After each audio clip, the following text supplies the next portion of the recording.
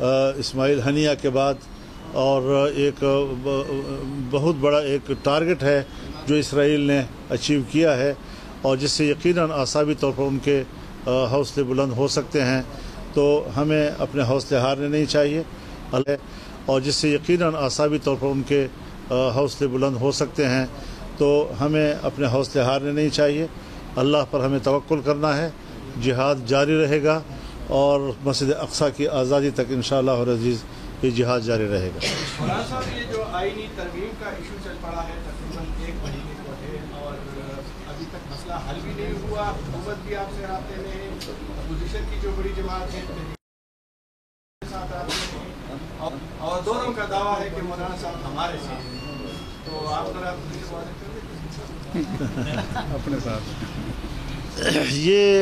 آپ کی صحافتی دنیا کی کمزوری ہے، آپ یرغمال ہو جاتے ہیں ہمیشہ سیاست میں 2 پارٹیوں کے بیچ میں۔ تھوڑا آپ ذرا ان دو پارٹیوں اور 2 طرف کے یرغمال سے باہر نکلیں اور ذرا سوچیں کہ پاکستان میں کوئی اور بھی ہے۔ تو جمعیت علماء نے واضح کر دیا ہے کہ تم 1000 دھاندلی کر کے ہمارے مینڈیٹ کو چراؤ، لیکن پبلک میں ہم ہیں،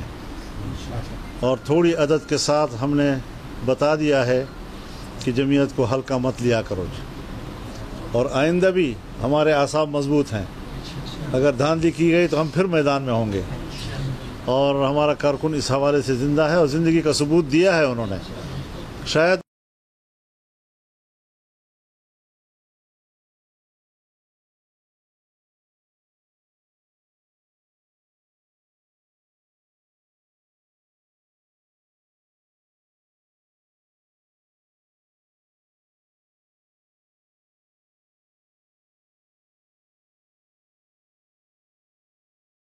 کہ کارکن ہمارا زندہ ہے اور وہ اپنے ساتھ ناانصافی کو کسی قیمت میں برداشت کرنے کو تیار نہیں ہے۔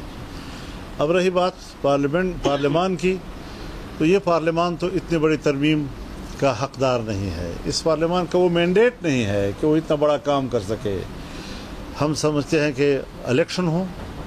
حقیقی معنوں میں عوام کے صحیح نمائندے میدان میں آئیں، پارلیمنٹ پر عوام کا اعتماد ہونا چاہیے۔ اس جعلی قسم کے پارلیمنٹ سے اتنی بڑی آئینی ترمیم کرانا یہ بذات خود ایک ناانصافی ہے۔ تاہم ہم نے ایک بات کی ہے کہ ہم اگر پارلیمانی کردار بھی جاری رکھیں گے تو ہم نے ضرور پارلیمنٹ میں کچھ تجاویز دی ہیں، اور ہم نے ان سے یہ کہا کہ آپ یہ کیا شخصیات کے بیچ میں پھنس گئے ہیں، ہمیں یہ جج قبول ہے اور ہمیں یہ جج قبول نہیں ہے، اور ججوں کو اس لیے مدت ملازمت میں اضافہ دینا چاہیے اور اس لیے ہمارے ان کی تعداد میں اضافہ کرنا چاہیے۔ یہ تو پھر سیاسی مقاصد کے لیے آپ اتنی بڑی ترمیم کی طرف جا رہے ہیں۔ کوئی سیاسی مقاصد کسی پارٹی کے نہیں ہونے چاہیے۔ آپ عدلیہ میں اصلاحات لائیں اور آپ ایک کانسٹیٹیوشنل کورٹ کی طرف جائیں جو ہمارے COD کا حصہ ہے، یعنی یہ 2006 کا ایک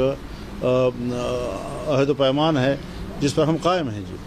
لیکن اگر اس کے ذیل میں جب آپ قانون سازی کرتے ہیں یا آپ آئینی ترمیم لاتے ہیں، اس میں آپ بنیادی حقوق کو بھی ڈبو لیتے ہیں، اور اس میں آپ ملٹری کو اتنا مضبوط کریں کہ ہر سطح پر فوج نظر آئے، تو پھر مارشل لا اور اس ترمیم میں کیا فرق ہے جی؟ یہ تو دوسرے معنوں میں آپ مارشل لا لگا رہے تھے، تو اس میں ہم نے بالکل سپورٹ نہیں کیا۔